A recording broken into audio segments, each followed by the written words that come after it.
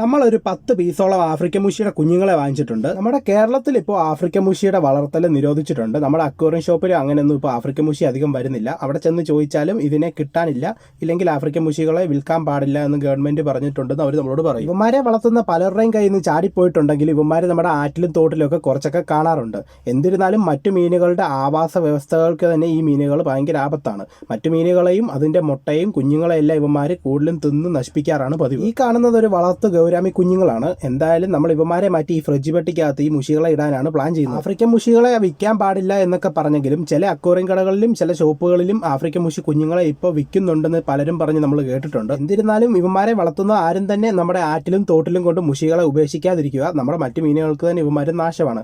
ഈ കാണുന്നത് ഒരു നല്ല പൂവാലിപ്പരലാണ്. അവന് കൂട്ടായിട്ട് നമ്മളിവിടെ ഒരു പള്ളത്തെയും ഒരു കുറ്റിച്ചയും കൂടി ഇട്ടിട്ടുണ്ട്. ഈ കാണുന്നത് നമ്മൾ വീടിനോട് ചേർന്ന് കെട്ടിയേക്കുന്ന ഒരു കുഞ്ഞ് സിമന്റ് ടാങ്കാണ്. എന്തായാലും ഇതിനുള്ളിൽ നമ്മൾ പുഴമീനുകളെ വളർത്താനാണ് പ്ലാൻ ചെയ്തേക്കുന്നത്. ഗൗരാമി കുഞ്ഞുങ്ങളെ മാറ്റിയതിന് ശേഷം നമ്മുടെ ആഫ്രിക്കൻ മുഷി കുഞ്ഞുങ്ങളെ നമ്മൾ തുറന്നു വിടുകയാണ്. ഈ ഫ്രിഡ്ജ് പെട്ടിക്കകത്ത് ഇവന്മാരെ വളർത്താനാണ് നമ്മൾ പ്ലാൻ ചെയ്തേക്കുന്നത്. കുറേ നാളുകൾക്ക് ശേഷമാണ് നമ്മൾ ആഫ്രിക്കൻ മുഷിയുടെ വിൽപ്പന കാണുന്നത്. അതുകൊണ്ട് 10 പീസ് കയ്യോടങ്ങ് വാങ്ങി. ഒരു പീസിന് 20 രൂപ വെച്ചാണ് ഇവിടെ വില വന്നത്.